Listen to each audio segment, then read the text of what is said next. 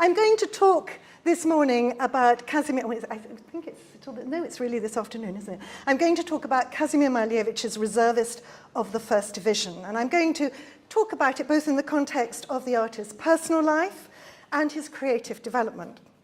The painting is, as I hope to show, a work that is very explicitly about the First World War. It represents a military personage with reference to the current conflict.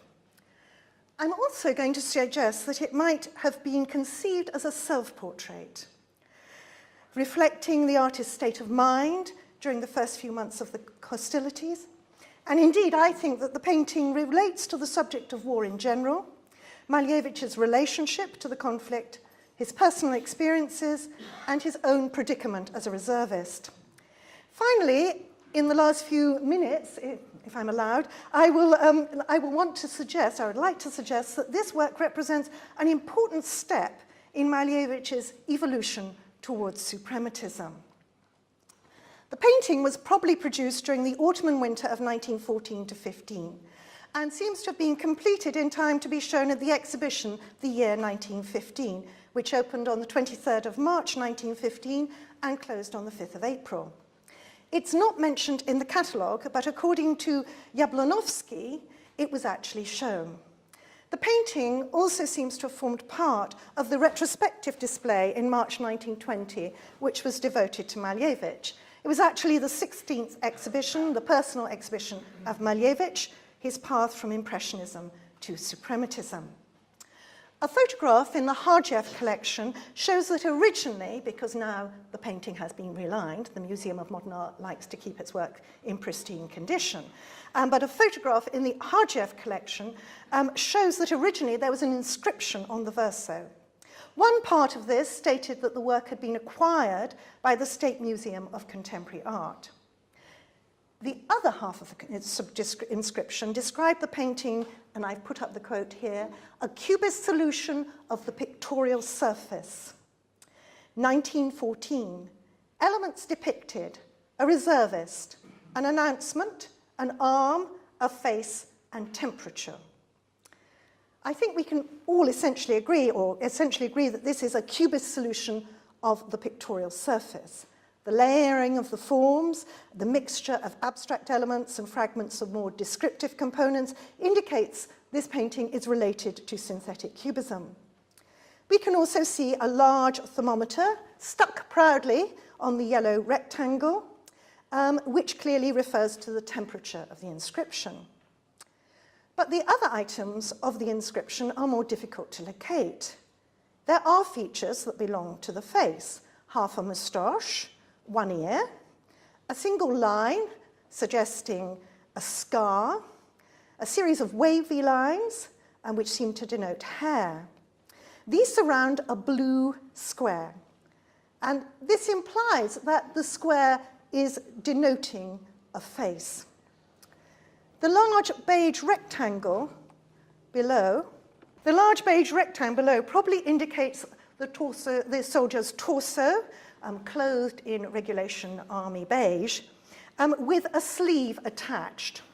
This is the sleeve here. Can you see this? And we can read this because of this study, an untitled drawing produced in the autumn and winter of 1914. And an infrared photograph of the painting indicates that this element, the sleeve and the hand here, actually was present in the initial painting, but was subsequently overpainted.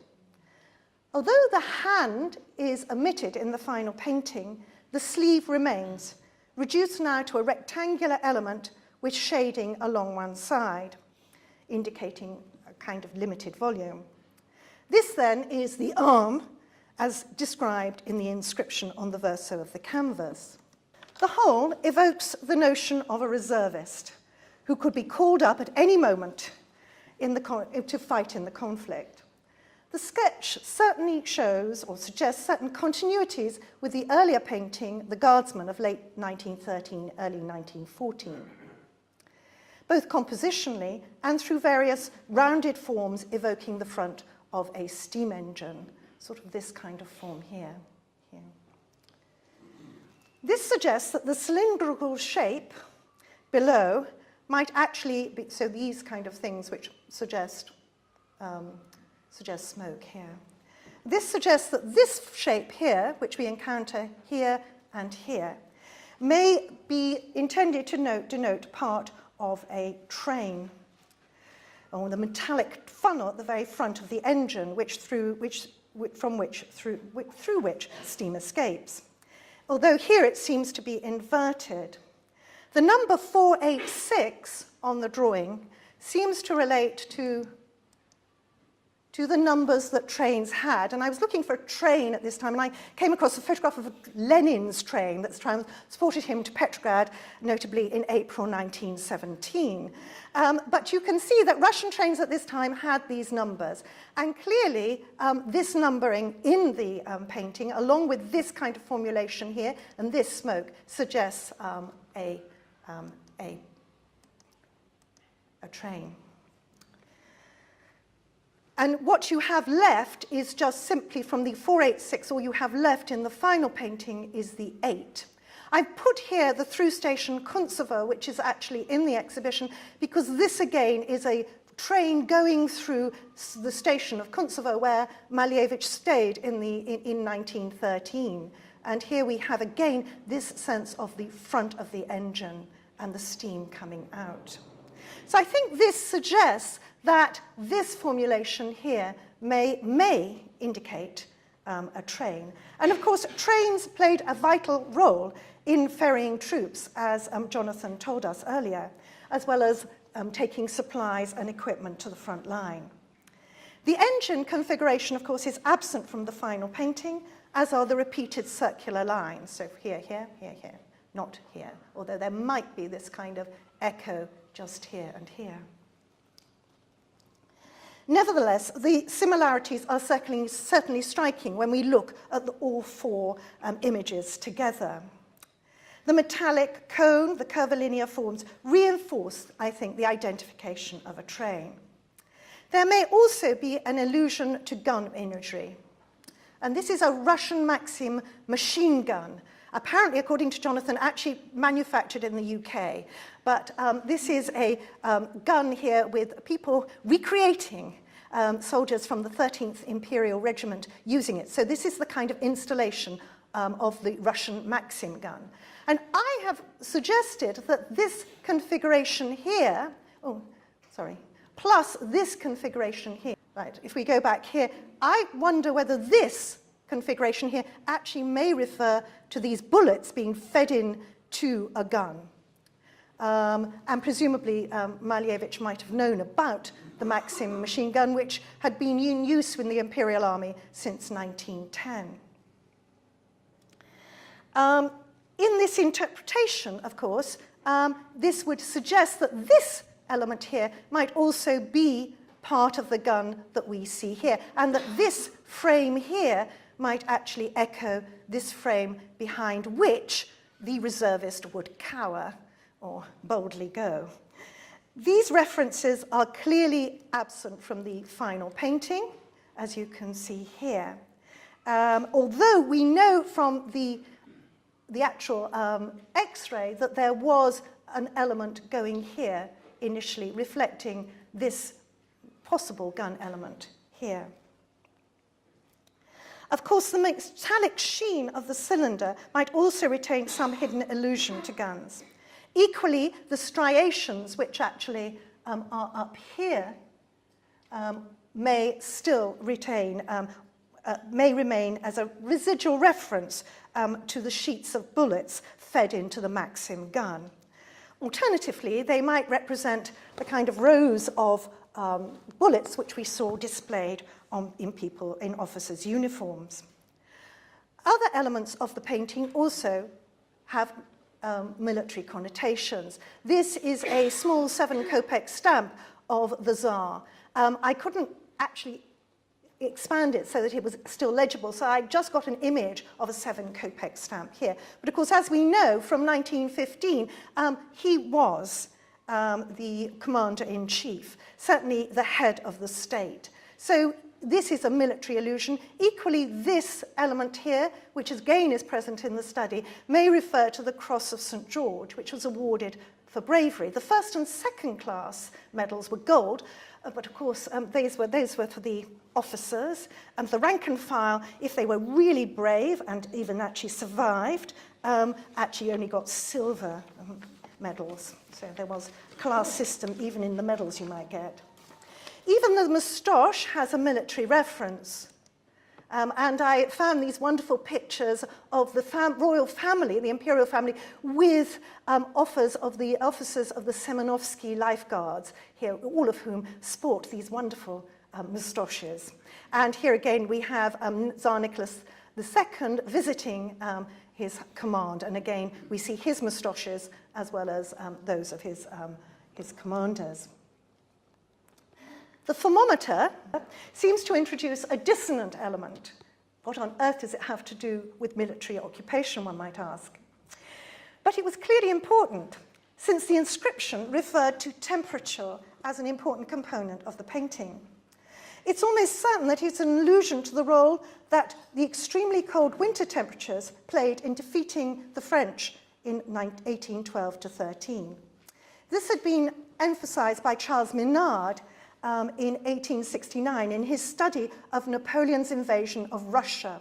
The horizontal graph at the bottom is designed to be read from right to left, which kind of goes against everything one thinks about, and depicts the temperature of on the army's return from Russia in degrees below freezing on the Réaumur scale.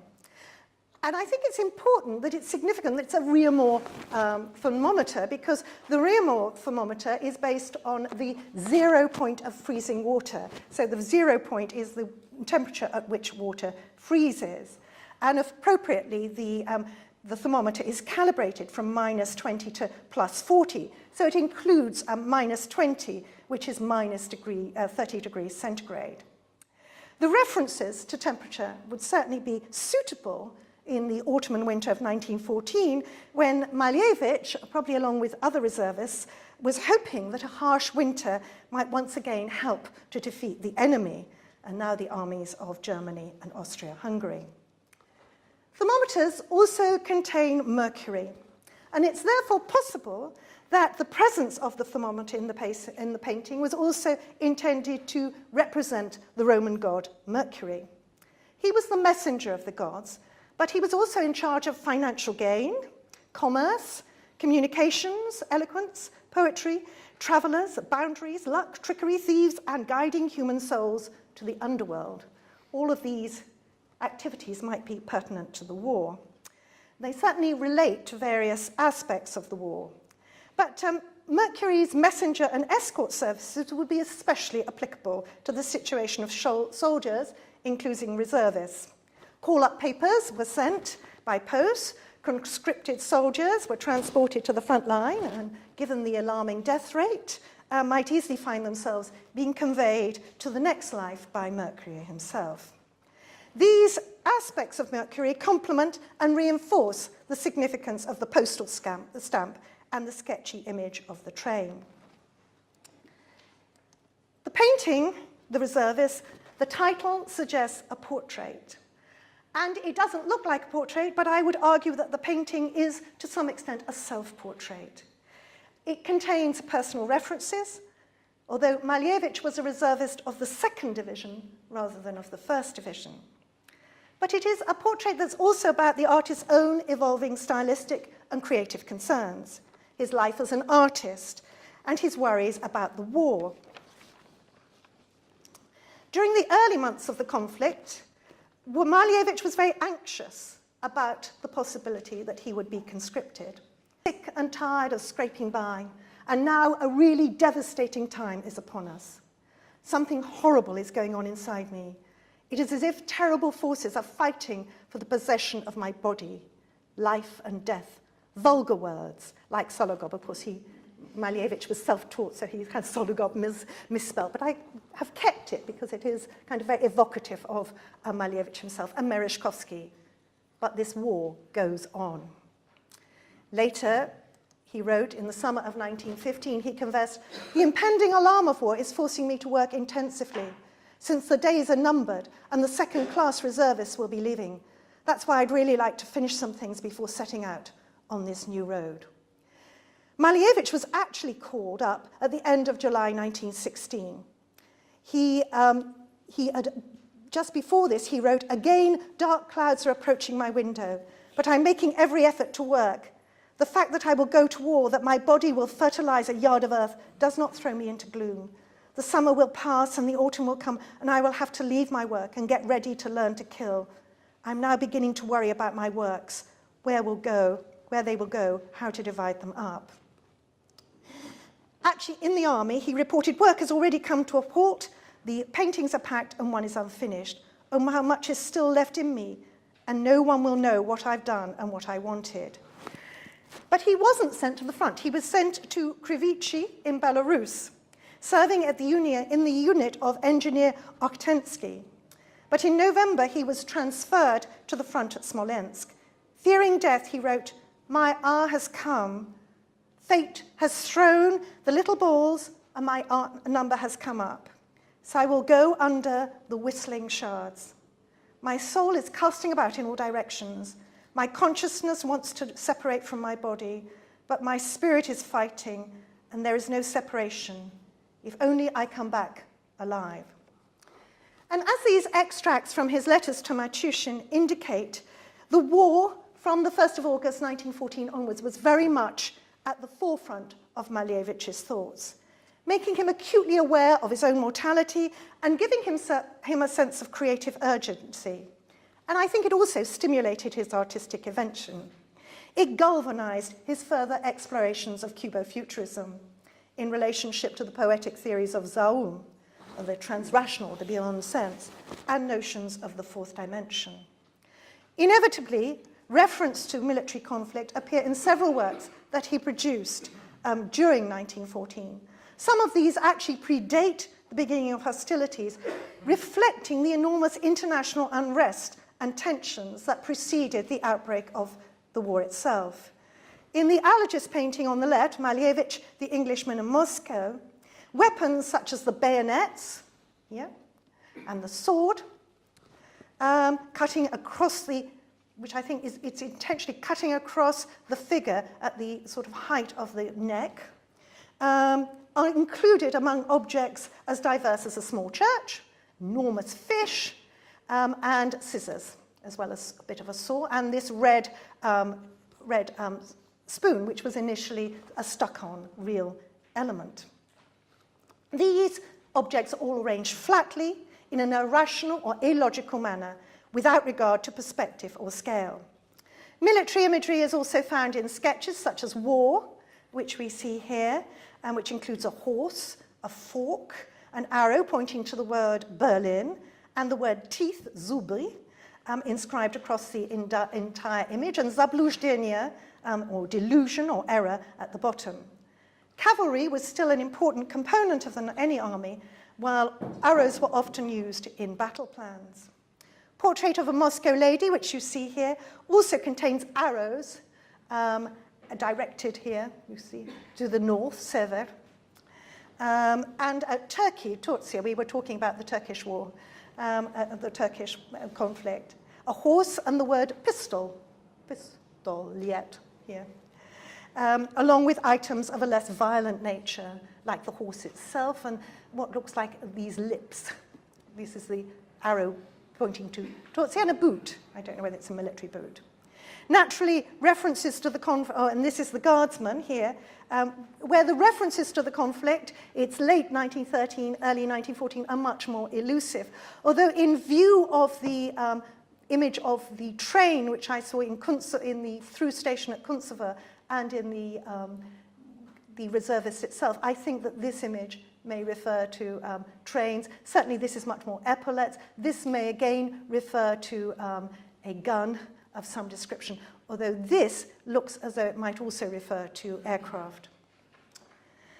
Naturally, references to the conflict dominate the patriotic posters that Malevich produced between between sort of August and September, October 1914. They're optimistic, they're patriotic, and the lubok here is used to embody the national Russian spirit, the sense of the soul of the people. But they're very crude. Malevich later said that the people are crude, and the lubki reflect that. Such optimism certainly didn't last. Even between the sketch and the painting, there has evidently been some change of heart on Malevich's part. For one thing, the St. George's Cross here has become less obvious. Here it's quite a dominant element, here it's kind of rather hidden. The prospect of a reward for bravery may have been receding, and anxiety was beginning to take its place. The presence of different painting styles, figurative and abstract, and competing notions of portraiture in the work are emphasized by the realistic depiction of the Tsar's face here. And this is below the blue square, or just to the left of the blue square. Here is the name of Vaznetsov, which refers to the realist artist. It says Председатель A. Vaznetsov. And this refers to the realist artist Apollinaire Vaznetsov, 1856 to 1953, and hence to the academy and the mimetic tradition. While denoting Malevich's artistic wars, so to speak, with the academy and with traditional art in general, Vaznetsov's name also has a very strongly personal resonance for Malevich at this point. In early 1915, Malevich reported, and I quote, "As for the exhibitions, I was banished from 3 of them at Vaznetsov's request." These shows included Artists for the Comrade Warriors, Hudожники Товарищи Войнам, which opened in Moscow on the 30th of November 1914. Malevich relates in a letter to Matushin how he and his fellow futurists had contributed works. But when they arrived at the opening, eager to see their works on the wall, their paintings had not been hung. Malevich sought out Vaznetsov, and Vaznetsov, who had organized the show, explained in rather rude terms to Malevich that these paintings had been excluded because Futurism was finished, and their works were neither appropriate nor worthy to be included in such an event. In other words, he was being castigated as not patriotic. For Malevich, therefore, Vaznetsov epitomized both academic and establishment values. He was clearly an artistic enemy, both in general and in personal terms. The inscription that was on the back of the painting initially had mentioned an announcement. And I would suggest that in lieu of any other announcement, that this reference to Apollinaire Vaznetsov makes an explicit declaration of war on academicism and on the mimetic tradition and on Apollinaire Vaznetsov himself. The scattered words are more enigmatic: opera, четверг, табакерка, and then a few odd letters here. At first I thought this might be the announcement, but I'm afraid I haven't actually disentangled what that is. Opera at the top, четверг, and taberka, or tobacconist, and some disconnected letters, such as the large painted S here, next to the rear thermometer, remain enigmatic. It's possible that opera refers to Victory over the Sun, which had been performed the previous December of 1913. Its Zaum, or trans-rational, beyond-sense libretto, and Cubo-futurist set and costumes celebrated notions of the fourth dimension and the overturn of the rational order. And it might seem appropriate, therefore, in this context, to mention this. It would actually may reverberate on what Malevich saw as the fundamental irrationality of the conflict. It's also possible that Malevich, who had himself written Zaum poetry, was indulging in wordplay and alluding to the words operativny, which means efficiency, or operacja, which means a surgical or military operation. Like the assembled fragments, opera generated a range of associations, including the illusory and topsy-turvy world of futurist operatic drama and the war itself. In his evolving concepts of portraiture, Malevich had consistently moved away from conventional concepts. And here is his perfected portrait of Ivan Clun. In this work, Malevich depicted his friend's features as a sequence of highly polished tubular forms, an approach that he had developed in his cubist canvases. He then cut through this external carapace with this saw, which you see here. This dislocated the structure of one eye, and he dislocated the structure of one eye here, but he opened up the other one, revealing an inner reality.